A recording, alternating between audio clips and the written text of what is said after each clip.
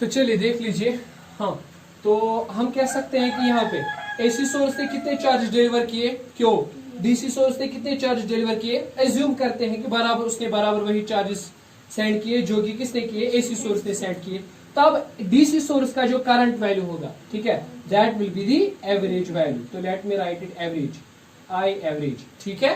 तो चलिए इक्वेशन 1 और 2 को इक्वेट कीजिए, तो मुझे बताइए what will be the answer from equation 1 and 2।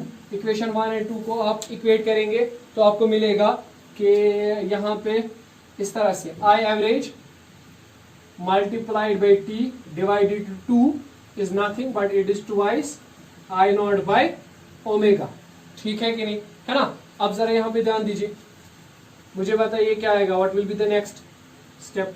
तो it will be I average multiplied by T divided to 2 that is 2 I not by, this is omega, और omega can be written as 2 pi by capital T. तो let me write it capital T, ठीक है, 2 pi by capital T, ठीक। T और T will go right. So average value किसके बराबर आएगा, average value will be 2, यहां से मल्टीप्लाई हो जाएगा, it will B 4 times I not by 2 pi, right.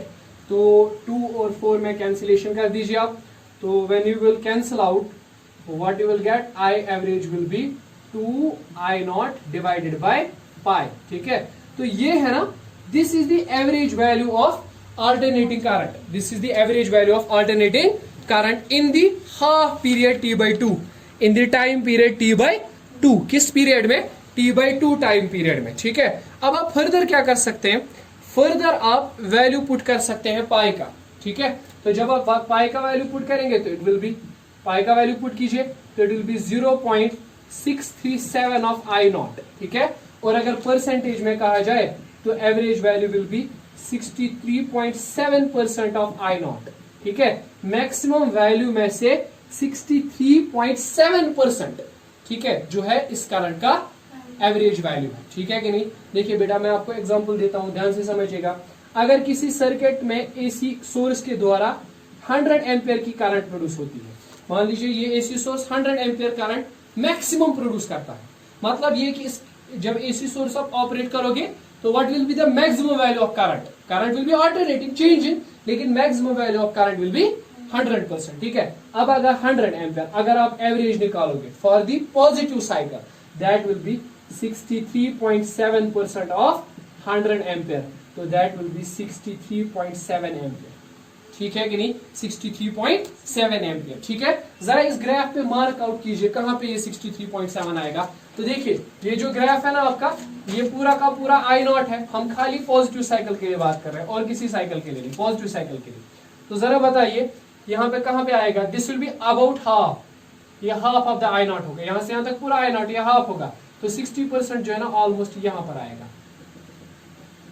ये आएगा I average which will be 63.7% of I not, ठीक है कि नहीं, है ना, ठीक, 63.7% ऑफ आई नॉट, ठीक है। तो ये निकला हमें फिलहाल average value of the alternating current for the half cycle, positive half cycle. चलिए अब कैलकुलेट करते हैं average value of the alternating current for negative half cycle, ठीक है। नेगेटिव हाफ साइकिल के लिए कैलकुलेट कर लेते हैं कि कितना आता है, ठीक है। डायग्राम पे आप नजर डालिए, ग्राफ पे नजर डालिए, तो it will be like this. हम इस साइकिल की बात कर रहे हैं जो नेगेटिव साइकिल है, यहाँ से ये वाला साइकिल, नेगेटिव साइकिल जो यहाँ पे है, ठीक। अब इस नेगेटिव साइकिल में यहाँ पे टाइम है t/2 और ये टाइम है t, ठीक है। मतलब आपको एवरेज वैल्यू चाहिए from the time t/2 to capital T, ठीक है कि नहीं, है ना। Same to same procedure apply करेंगे। पहले क्या करेंगे, कोई एसी सोर्स लेके आएंगे, उस एसी सोर्स को क्या करेंगे, उस एसी सोर्स को कनेक्ट कर देंगे किसी सर्किट के साथ, ठीक है, और देखेंगे कि उस सर्किट के अंदर वो कितनी करंट को प्रोड्यूस कर रहा है, ठीक है। तो आप देख लीजिए, current produced by AC source कितनी होगी, शाबाश, you can say I is equal to dq by dt, तो dq will be I into dt, this will be dq, it is the amount of charge, ये वो charge है जो इस AC source ने डिलीवर किया सर्किट में इन दी negative half time, यानी t/2 टू t टाइम। ठीक है, चलिए मुझे बताइए what will be the total charge delivered, sorry dq is the charge जो डिलीवर हुआ है dt टाइम में। ठीक है, टोटल चार्ज कितना डिलीवर होगा, टोटल चार्ज डिलीवर्ड इन negative half cycle, negative half cycle में कितना चार्ज डिलीवर होगा, integral dq that will be integral I dt। Suppose पहले चार्ज डिलीवर हुआ था 0, उस टाइम पे टाइम था नहीं, टाइम नहीं था 0, उस टाइम पे टाइम था t/2। ठीक है, क्योंकि आप नेगेटिव साइकिल देख रहे हो, t/2। फिर चार्ज हुआ डिलीवर, क्यों, तो टाइम कितना हो गया, कैपिटल T। ठीक है, क्योंकि आप इस साइकिल के लिए देख रहे हो t/2 से t तक, राइट। सो आप मुझे बताइए, let us suppose this will be q, then this will be t/2 to t। Now you know what is the formula for I, it is I0 sin omega t dt। ठीक है कि नहीं, I0 को आप बाहर ले सकते हैं, जैसे हमने प्रीवियस प्रॉब्लम में किया था, t/2 to t, this will be sin omega t dt, right. फिर आप क्या करेंगे, sin ओमेगा t की इंटीग्रेशन कर देंगे, तो क्यों किसके बराबर आएगा, I0, इसकी इंटीग्रेशन कर दीजिए, तो it will be minus cos omega t by omega from the time t/2 to capital T, right. So then it will be Q is equal to I0, minus को ले लीजिए, divided by omega, then it will be, right, it will be cos of omega के बदले आप value डाल दीजिए 2π/t multiplied to t from the time t/2 to capital T, right. So you can just say it is Q equal to minus I0 by omega, this will be cos of 2π/t into upper limit t है minus cos of 2π/t into lower limit है t/2। ठीक है कि नहीं, है ना। तो इस तरह से आप क्यों लिख सकते हो, that is minus I0 by omega, this will be t and t goes cos of 2π minus cos of t and t goes 2 and 2 goes, that's pi, right। So you can say it's minus I0 by omega, right, so it will be -1 minus cos of pi is -1, तो Q कितना होगा, that will be twice I0 by omega, let me write it 1। ठीक है, यानी वो charge जो किसने deliver किया, AC सोर्स ने डिलीवर किया, किसमें, AC इस सर्किट में, इन द टाइम पीरियड, शाबाश, नेगेटिव हाफ साइकिल में। ठीक है, अब क्या करना है, नेक्स्ट स्टेप क्या होता है, नेक्स्ट स्टेप ये होता है कि आप इसी सर्किट के साथ किसी डीसी सोर्स को कनेक्ट कर दो। ठीक है, तो चलिए कनेक्ट कर देते हैं। नेक्स्ट स्टेप है क्या करना है, यही सर्किट लेके आना है, इसके साथ आपको डीसी सोर्स कनेक्ट कर देना है। ठीक है, और इस बात का ख्याल रखना है कि ये डीसी सोर्स बराबर उतने चार्जेस सप्लाई करे सर्किट में जितने चार्जेस एसी सोर्स ने सप्लाई किए हैं, तब जो इसके करंट का वैल्यू होगा वही होगा एसी सोर्स का एवरेज वैल्यू। ठीक है कि नहीं, तो let me just do it quickly. तो मुझे बताइए what will be the current due to DC source, बताइए करंट कितनी होगी डीसी सोर्स में। ठीक, that can be written as, आप उसको चलिए यहाँ पे मैं कर देता हूँ, that can be written as I is equal to charge कितना है Q divide by time period कितना होगा, just guess, the time period can be simple t minus t/2, right. ठीक है, t माइनस t/2। ठीक है, तो करंट कितना होगा, that will be Q divided by t/2।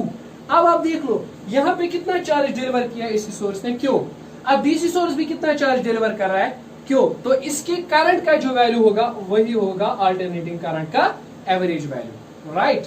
So you can just put average value is equal to twice Q by T।